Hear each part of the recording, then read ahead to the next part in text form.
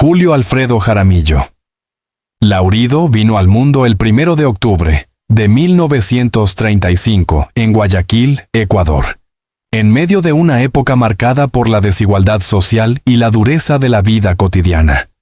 Nació en una casa modesta del barrio de las calles Lizardo García y Colombia, en una familia que conocía de cerca las carencias materiales, pero que también estaba llena de valores, solidaridad y una fuerte unión familiar. Su madre, Apolonia Laurido, fue la figura central de su niñez, pues su padre falleció cuando Julio apenas era un niño.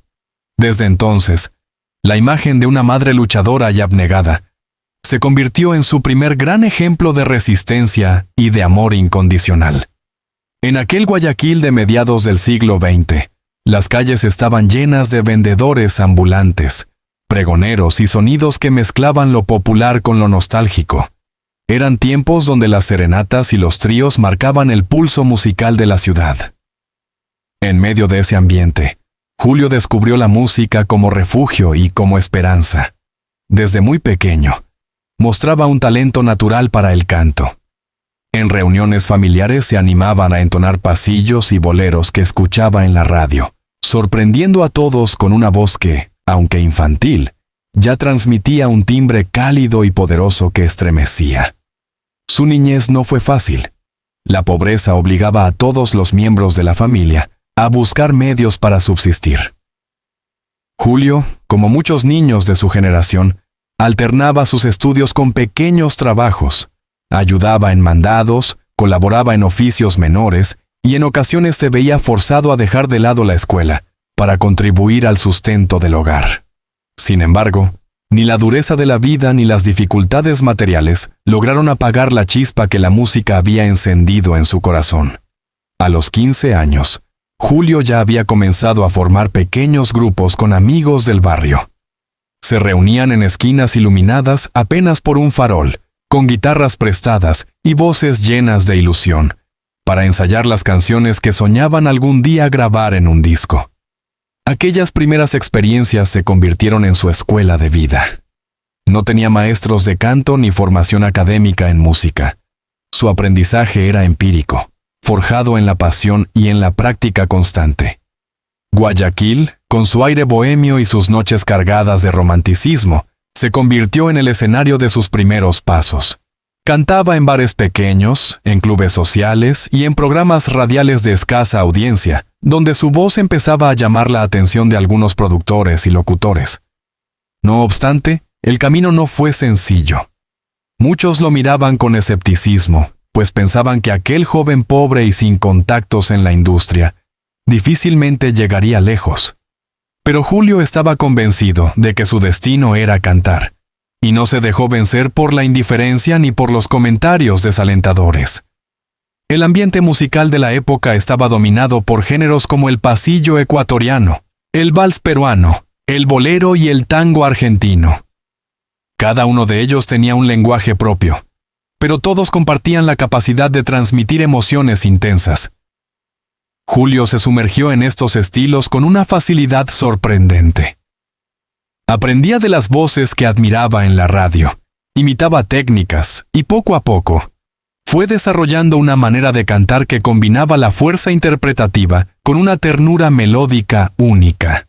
En los años de su adolescencia, Julio vivía una constante dualidad. Por un lado, la necesidad de trabajar y ser un apoyo económico para su madre y sus hermanos. Por otro, la pasión irrefrenable por la música. Esa tensión moldeó su carácter. Se convirtió en un joven disciplinado, incansable y decidido. No existía obstáculo capaz de detenerlo cuando se trataba de cantar. A menudo, después de jornadas agotadoras, encontraba energía para presentarse en una emisora local o participar en un concurso de aficionados.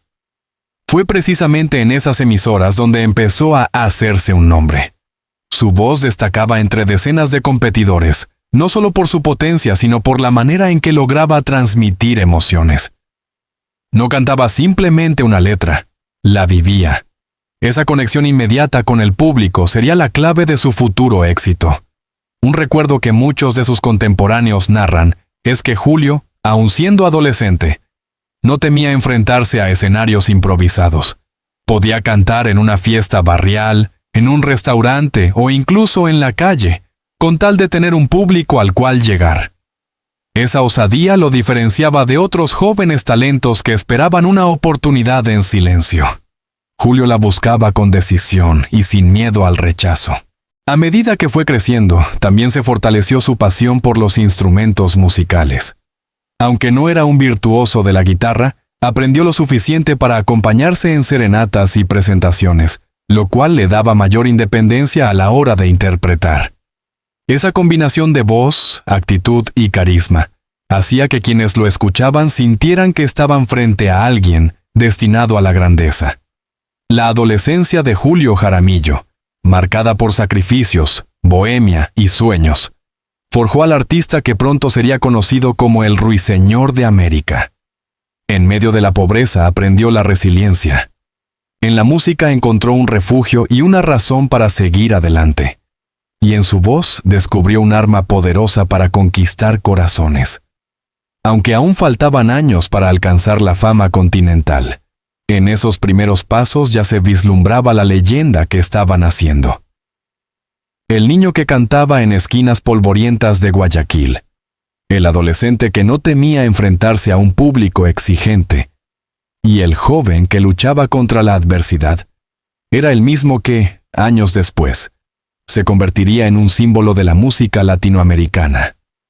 La historia de Julio Jaramillo no se entiende sin esos orígenes humildes, sin esa infancia marcada por el esfuerzo, y sin esa adolescencia donde cada serenata fue un ensayo para el gran escenario de la vida. El verdadero punto de inflexión en la vida de Julio Jaramillo llegó en 1954, cuando grabó por primera vez una canción que marcaría su destino, Nuestro Juramento. Este pasillo, cargado de pasión y sentimiento, no solo conquistó al público ecuatoriano, sino que pronto se convirtió en un himno en toda América Latina. La interpretación de Julio no era común. Su voz transmitía una intensidad que hacía sentir al oyente que cada palabra estaba vivida. Cada verso era un grito del alma. Desde ese instante, su nombre comenzó a trascender las fronteras de su barrio, de su ciudad y de su país. El joven que había cantado en esquinas y en programas de radio locales se convirtió de pronto en una figura nacional. La popularidad de Nuestro Juramento fue tan abrumadora que la canción se mantuvo en la memoria colectiva durante generaciones. No había boda, serenata o fiesta donde no se escuchara esa melodía interpretada por Julio. Su manera de cantar pasillos y boleros transformó la música popular ecuatoriana en un fenómeno continental. Tras el éxito inicial, las puertas de los estudios discográficos se abrieron para él. Sellos locales y posteriormente internacionales empezaron a interesarse en su talento. En pocos años, Julio grabó decenas de canciones que abarcaban géneros diversos: boleros, valses, tangos, rancheras e incluso guarachas. Esta versatilidad fue uno de los secretos de su rápido ascenso. No se limitaba a un solo estilo, sino que exploraba distintas corrientes musicales, adaptándolas a su voz y a su sensibilidad. A medida que su fama crecía, también lo hacía su agenda. Las giras por el interior de Ecuador lo llevaron a ciudades como Quito, Cuenca, Manta y Loja, donde era recibido como un ídolo popular. No tardó mucho en dar el salto al extranjero. Perú fue uno de los primeros países donde su música encontró un eco masivo. Allí, su manera de interpretar los valses limeños sorprendió incluso a los críticos más exigentes. Luego vinieron Colombia, Venezuela y México, donde fue recibido con el mismo entusiasmo. En cada país, Julio se apropiaba de los géneros locales, respetándolos, pero al mismo tiempo imprimiéndoles su sello personal. En esta época nació el apodo que lo acompañaría toda la vida: el Ruiseñor de América. El nombre no fue casualidad. Su voz, dulce y potente al mismo tiempo, era comparada con el canto de un ave que transmitía libertad, belleza y emoción. La prensa lo bautizó de esta manera y el público lo adoptó con cariño. Ser el Ruiseñor significaba más que un título artístico. Era el reconocimiento de que su canto había traspasado las barreras nacionales para convertirse en patrimonio sentimental de todo un continente. La década de los 50 y 60 estuvo marcada por una producción musical imparable. Se calcula que Julio Jaramillo grabó más de 4,000 canciones a lo largo de su carrera, una cifra asombrosa que refleja no solo su talento, sino también su disciplina y su entrega. Cada día pasaba horas en estudios de grabación, perfeccionando detalles, ajustando tonos y buscando transmitir la emoción exacta que requería cada tema. El fenómeno Jaramillo no solo se limitaba a la música grabada. Sus presentaciones en vivo eran multitudinarias. Los teatros se llenaban de fanáticos que esperaban horas para escucharlo cantar. Las mujeres lo adoraban, los hombres lo admiraban, y los críticos reconocían su capacidad de llegar al corazón de cualquier audiencia. Julio no necesitaba grandes despliegues escénicos ni efectos especiales. Su presencia bastaba. Un micrófono, una guitarra o una orquesta. Y su voz, que llenaba todo el espacio con una fuerza indescriptible. Sin embargo, detrás de los aplausos y del éxito, empezaban a aparecer las tensiones propias de la fama. Las giras interminables lo mantenían lejos de su tierra natal por largos periodos, lo que generaba en él una sensación de nostalgia y desarraigo. Aunque disfrutaba del cariño de multitudes, siempre llevaba consigo un sentimiento de soledad. Esa dualidad se reflejaba en sus interpretaciones, donde la alegría de la música popular se mezclaba con una profunda melancolía. La popularidad de Julio también lo llevó a compartir escenario con figuras de renombre internacional. En México coincidió con grandes exponentes del bolero y la ranchera, mientras que en Argentina tuvo la oportunidad de interpretar tangos en la tierra de Carlos Gardel. Cada encuentro era una prueba de su versatilidad y de su capacidad para dialogar con distintas tradiciones musicales. Pese a su origen humilde, Julio se movía con naturalidad en ambientes donde solo triunfaban los grandes. Pero la fama, como un arma de doble filo, traía consigo exigencias que a veces resultaban agobiantes. La industria discográfica demandaba más grabaciones. Los empresarios querían más conciertos, los medios lo buscaban constantemente. Julio, aunque disfrutaba del reconocimiento, comenzó a sentir el peso de la popularidad. La vida bohemia, que siempre lo acompañó, se intensificó con el éxito. Entre compromisos sociales, noches de serenatas y excesos, empezó a desgastarse poco a poco. Aún así, nada podía detener su ascenso. Para millones de personas, Julio representaba la voz del pueblo, la esperanza de los que soñaban con un amor imposible, la compañía de quienes vivían lejos de su tierra, y la nostalgia de los emigrantes que encontraban en su música un lazo con sus raíces. En cada verso, en cada interpretación, Julio transmitía algo más que música. Transmitía humanidad, pasión y verdad. El ascenso a la fama internacional de Julio Jaramillo no fue un simple capítulo de éxito artístico. Fue la consagración de un hombre que, desde la pobreza y la adversidad, se convirtió en ídolo continental. El ruiseñor de América había desplegado sus alas y su canto resonaba en todo el continente, anunciando que la historia apenas comenzaba. La vida de Julio Jaramillo no puede entenderse únicamente desde el escenario o los estudios de grabación. Detrás del ruiseñor de América había un hombre complejo, apasionado e impulsivo, que vivió intensamente cada aspecto de su existencia. Si en la música entregaba el alma, en su vida personal no fue distinto. Amó con la misma intensidad con la que cantaba, y vivió cada relación como si fuera la última. Desde joven, Julio mostró un magnetismo irresistible. Su voz seductora, su carisma natural y su aire de bohemio lo convirtieron en un verdadero conquistador. Se decía que dondequiera que llegaba, despertaba la admiración inmediata de las mujeres. La prensa de la época no tardó en bautizarlo como un Don Juan moderno, y con razón.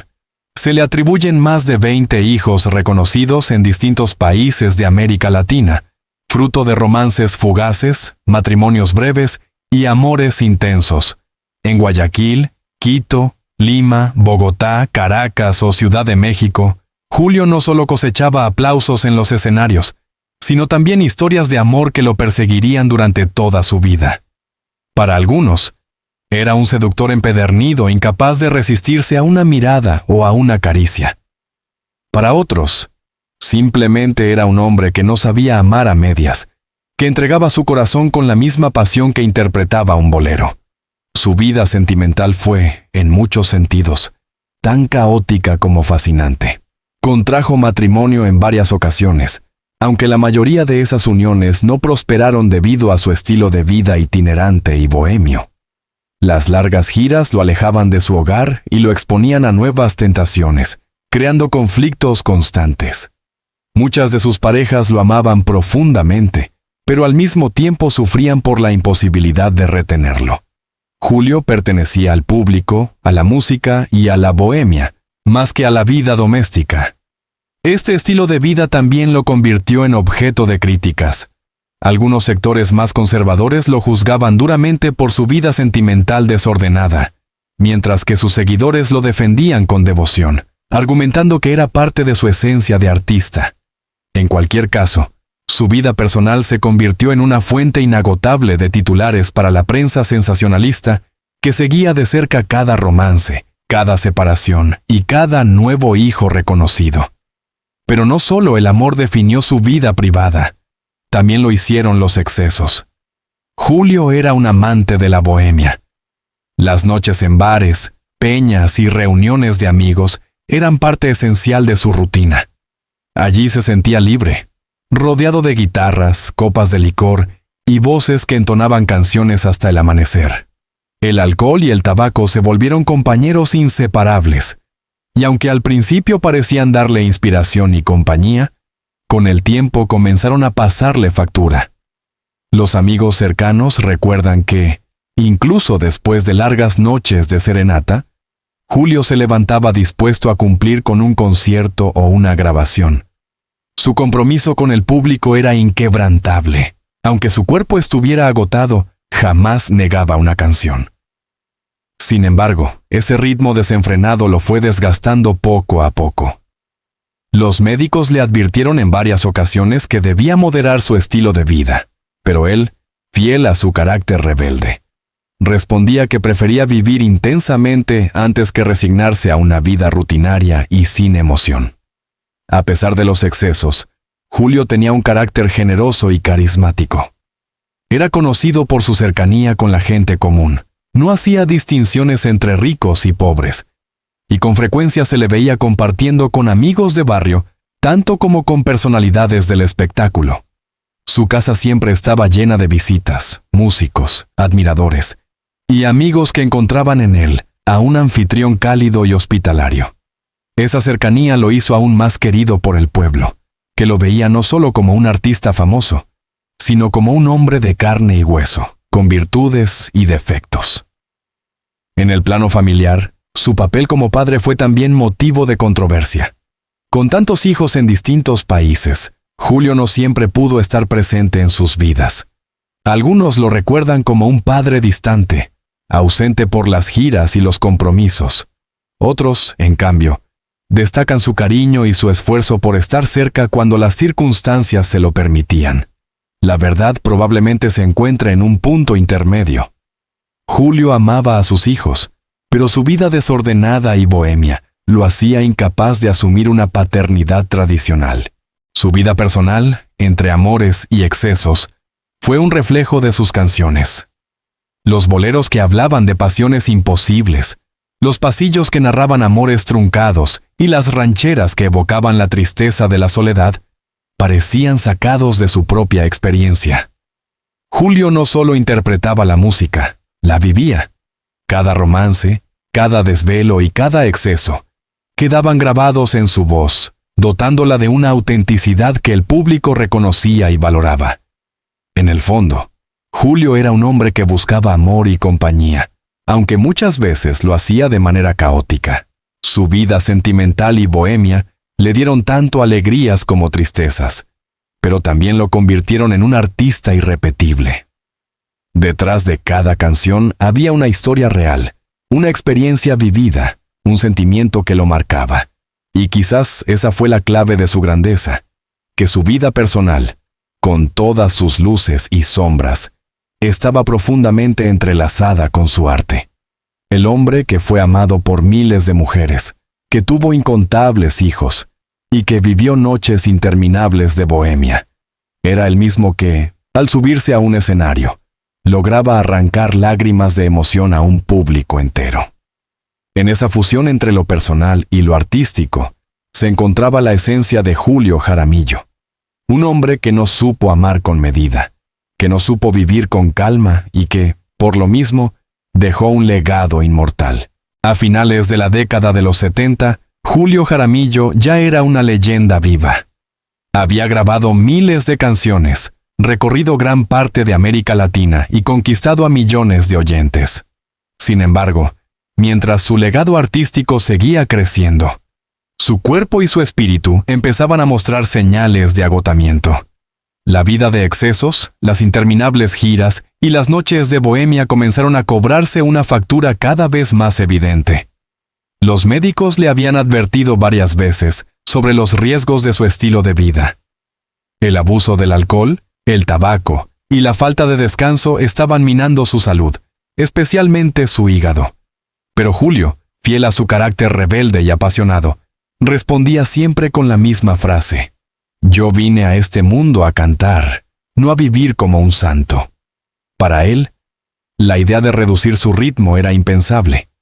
La música y la bohemia no eran un lujo, sino su forma de existir. En sus últimos años, los escenarios seguían llenándose para escucharlo. Sin embargo, quienes lo veían de cerca notaban que ya no era el mismo. Su voz, aunque todavía poderosa, comenzaba a tener un matiz más cansado. Había perdido parte de la frescura de sus inicios, pero había ganado una profundidad emocional que conmovía aún más al público. Canciones como Fatalidad o Ódiame sonaban casi como confesiones personales, cargadas de una nostalgia que parecía anunciar un final cercano. Julio se convirtió en un hombre marcado por la contradicción. Por un lado, estaba la leyenda que todos admiraban, el ruiseñor de América que no conocía fronteras. Por otro, estaba el ser humano vulnerable, enfermo y cansado, que se resistía a aceptar que su cuerpo le pedía descanso. Esa dualidad era evidente en sus últimas presentaciones. El artista entregaba todo en el escenario, mientras que detrás de bambalinas sufría dolores y episodios de agotamiento que preocupaban a sus amigos más cercanos. Las dificultades económicas también formaron parte de este ocaso. A pesar de su fama y de la gran cantidad de canciones grabadas, Julio no acumuló la fortuna que muchos imaginaban. Sus ingresos se diluían rápidamente en gastos, generosidad hacia amigos y familiares, y en su estilo de vida bohemio. A menudo daba conciertos más por necesidad que por deseo, aceptando contratos que lo llevaban a cantar en condiciones poco favorables. Ese desgaste físico y emocional contribuyó a acelerar su deterioro. Quienes compartieron con él esos años lo recuerdan como un hombre cada vez más nostálgico. Hablaba con frecuencia de su infancia en Guayaquil, de su madre Apolonia, de los primeros pasos en la música. Parecía aferrarse a los recuerdos como un intento de encontrar consuelo en medio del desgaste. Al mismo tiempo, era consciente de su legado y de la huella que estaba dejando en la cultura latinoamericana. «Cuando yo me vaya, mi voz quedará para ustedes», solía decir con cierta resignación, como si intuyera que su tiempo en este mundo sería corto. El ocaso de Julio también estuvo marcado por una soledad particular. Aunque siempre estaba rodeado de amigos, parejas y admiradores, en el fondo había un vacío que ni la fama ni los romances lograban llenar. Era la soledad del artista que lo ha dado todo al público y que, en los momentos más íntimos, se enfrenta a sus propias fragilidades. Muchos aseguran que esa melancolía era lo que daba tanta autenticidad a sus interpretaciones finales. En este periodo, la prensa no dejó de seguirlo.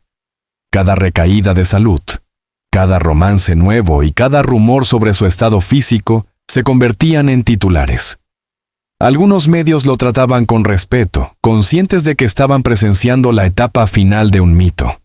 Otros, en cambio, buscaban sensacionalismo en cada detalle de su vida privada. Julio, fiel a su estilo, rara vez se mostraba afectado por lo que se decía. Prefería dejar que su voz hablara por él en cada escenario. El último tramo de su carrera estuvo marcado por una especie de despedida silenciosa. Aunque nunca anunció un retiro oficial, muchos de sus conciertos tenían la atmósfera de un adiós. El público lo intuía. Cada vez que lo aplaudían de pie, lo hacían con la emoción de quien sabe que está presenciando a un artista irrepetible. Quizás por última vez. Esa conexión entre el cantante y su gente alcanzó una intensidad única en los últimos años de su vida. Julio Jaramillo, el ídolo que había nacido en la pobreza y conquistado América con su voz, llegaba a su ocaso con la misma intensidad con la que había vivido, cantando, amando y enfrentando la vida sin miedo. No conocía de términos medios. Para él, vivir era entregarse por completo, aun si eso significaba desgastarse más rápido. Y así, sin proponérselo, estaba escribiendo el capítulo final de una historia que sería recordada para siempre. El 9 de febrero de 1978 amaneció como un día cualquiera en Guayaquil, pero pronto se convirtió en una fecha grabada con dolor en la memoria colectiva del Ecuador y de toda América Latina. Ese día, Julio Jaramillo, el ruiseñor de América, falleció a los 42 años, víctima de complicaciones hepáticas y cardiovasculares que venía arrastrando desde hacía tiempo. Su cuerpo ya no resistió más los excesos de la bohemia, las largas giras, el alcohol, el tabaco y la vida intensa que él mismo había elegido como su destino. La noticia corrió como pólvora. Radios, periódicos y noticieros interrumpieron su programación para anunciar la partida del ídolo. En cuestión de horas, las calles de Guayaquil se llenaron de multitudes que lloraban desconsoladas. Hombres, mujeres, ancianos y niños entonaban sus canciones como si quisieran evitar que la muerte los silenciara. Nunca antes se había visto un duelo popular tan masivo en el país. El velorio de Julio Jaramillo se convirtió en un acontecimiento histórico. Miles de personas hicieron fila durante horas para darle el último adiós. Su ataúd, cubierto de flores y rodeado de guitarras, fue colocado en un salón donde la gente pasaba entre lágrimas, algunos rezando, otros cantando Nuestro Juramento. La emoción era indescriptible. No solo se despedía a un cantante, se despedía a un símbolo nacional. El día del sepelio, Guayaquil, prácticamente se paralizó. La ciudad entera acompañó el cortejo fúnebre que recorrió las calles hasta llegar al cementerio. A cada paso, la multitud se multiplicaba. Los balcones se llenaban de familias que agitaban pañuelos blancos. Los vendedores ambulantes cerraban sus puestos. Los choferes de autobuses detenían sus vehículos para unirse al homenaje. Fue un duelo colectivo que trascendió lo religioso y lo político. Era el pueblo entero rindiendo honores a uno de los suyos. El entierro de Julio Jaramillo fue una de las manifestaciones de dolor popular más grandes que recuerda la historia del Ecuador. Se estima que más de 250,000 personas participaron en el cortejo fúnebre, una cifra impresionante para la época. Las calles resonaban con un mismo canto. Nuestro Juramento, convertido en himno eterno, entonado por miles de voces quebradas por el llanto. Con su muerte no se apagó su voz. Al contrario, comenzó la construcción de su leyenda. Sus discos siguieron sonando en radios, serenatas y fiestas familiares. En cada rincón del Ecuador había alguien que recordaba una anécdota con él, una serenata escuchada, una canción que había marcado un momento especial. Julio se convirtió en patrimonio sentimental de varias generaciones. El legado de Julio Jaramillo no se limitó a Ecuador. En países como Colombia, Venezuela, Perú, México y Argentina, sus canciones continúan siendo referencia obligada del bolero y el pasillo. Fue un artista que trascendió fronteras y que logró lo que pocos, que su música formara parte de la vida cotidiana de millones de personas. Sus interpretaciones siguen despertando nostalgia en los emigrantes que, lejos de su tierra, encuentran en su voz un vínculo con sus raíces. Además, Julio se convirtió en inspiración para decenas de artistas posteriores. Su estilo de canto, cargado de sentimiento y autenticidad, marcó escuela en toda América Latina. Cantantes de distintos géneros reconocen en él a un maestro, alguien que demostró que no se necesita un despliegue espectacular para emocionar, sino simplemente una voz sincera y una interpretación honesta. En Guayaquil, su ciudad natal, se levantaron monumentos en su honor y se creó la Casa de la Cultura Julio Jaramillo, donde se conserva su memoria y se rinde homenaje a su trayectoria. Cada año, en la fecha de su nacimiento y de su muerte, se realizan actos conmemorativos que reúnen a músicos, familiares y admiradores. Su tumba sigue siendo lugar de peregrinación para quienes quieren rendir tributo al ruiseñor. El paso del tiempo no ha hecho más que agigantar su figura. Hoy, más de 4 décadas después de su partida, su voz sigue viva. Plataformas digitales, programas de radio y festivales musicales mantienen encendido el recuerdo. Nuevas generaciones lo descubren y se sorprenden al escuchar cómo un hombre de origen humilde pudo transmitir tanto con su canto. La muerte de Julio Jaramillo fue trágica porque llegó demasiado pronto, cuando todavía tenía mucho que ofrecer. Sin embargo, también fue la consagración definitiva de su mito. La imagen del artista bohemio, apasionado y entregado por completo a la música, quedó grabada en la memoria colectiva. Julio no fue un cantante perfecto, tampoco un hombre intachable. Fue, ante todo, un ser humano que vivió intensamente, que amó sin medida, y que dejó en cada canción un pedazo de su vida. Hoy, cuando suenan sus acordes en una guitarra o su voz emerge de un viejo disco, parece que Julio sigue entre nosotros. El Ruiseñor de América no murió en 1978. Su canto vuela todavía por cada esquina de Guayaquil, por cada calle de Latinoamérica, por cada corazón que se estremece al escuchar nuestro juramento. Ese es su verdadero legado, la inmortalidad a través de la música.